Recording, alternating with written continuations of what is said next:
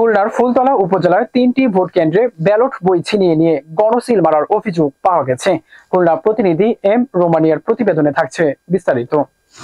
Vote গ্রহণ কর্মকর্তা ও প্রত্যক্ষদর্শীরা জানান, সকালে ফুলতলা উপজেলার শিরোমণি মাধ্যমিক বিদ্যালয় কেন্দ্রে একজন মহিলা একটি বুথে প্রবেশ করে সহকারী প্রিজাইডিং অফিসারের কাছ থেকে ব্যালট বই ছিনিয়ে নেন। তিনি 33টি ব্যালট পেপারে সিল মারেন। ফুলতলা উপজেলার আনন্দ নিকেতন মডেল স্কুল ভোট কেন্দ্রে একটি কক্ষে কয়েকজন যুবক 19টি ব্যালট পেপারে সিল মারে, যার মধ্যে 5টি ব্যালট বক্সে ঢুকিয়ে দেয় এবং 14টি ব্যালট বক্সে ঢুকাতে পারেনি। একই ঘটনা ঘটেছে শিরোমণি মাধ্যমিক বিদ্যালয় পশ্চিম পাশের দ্বিতীয় তলা ভবন কেন্দ্রে। কয়েকজন যুবক ভোট কক্ষে প্রবেশ করে ব্যালট বই ছিনিয়ে নেয়।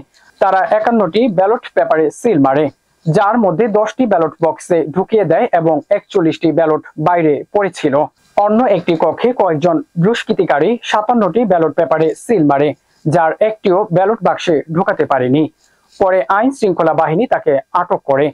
পরে কেন্দ্রের প্রিজাইডিং অফিসার ওই ভোটগুলো বাতিল করেন। রিটার্নিং কর্মকর্তা এটিএম শামীম মাহমুদ বলেন, শিরোমণি মাধ্যমিক বিদ্যালয় কেন্দ্রে সিল মারা 33টি ব্যালট পেপারের একটি বাক্সে ঢুকানো হয়নি।